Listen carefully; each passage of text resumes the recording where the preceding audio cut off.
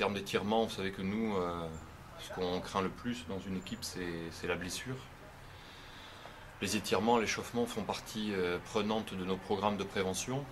Alors dans les étirements, depuis quelques années, les choses ont changé. En tout cas, ce qu'on a bien démontré, c'est le lien entre la flexibilité d'un individu, c'est-à-dire sa capacité à être souple, hein, parce que l'étirement et la flexibilité, c'est un peu différent. L'étirement, c'est ce qui va créer la flexibilité.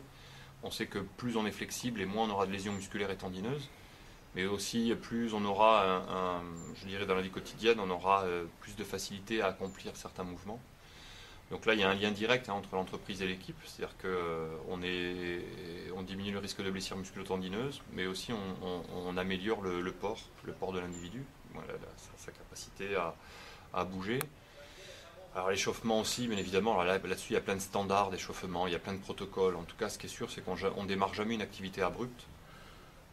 Et les protocoles d'échauffement, bon, ben ça c'est une notion qui peut être adaptée à chaque équipe ou chaque entreprise. Bon, ce qui est important, je crois, si on reprend l'ensemble, c'est que les étirements, souvent on les voit, ils sont mal faits. Le travail d'échauffement est pas bien fait parce que il est fait de façon empirique. Je crois que c'est bien au début de faire ça avec des professionnels de santé, pour corriger les attitudes, que ce soit pendant les étirements, pendant le gainage, qu'on appelle le gainage, donc le renforcement de toutes les ceintures. Et ça, c'est bien d'avoir au moins un œil d'un praticien professionnel au début, hein, pour lancer les bases.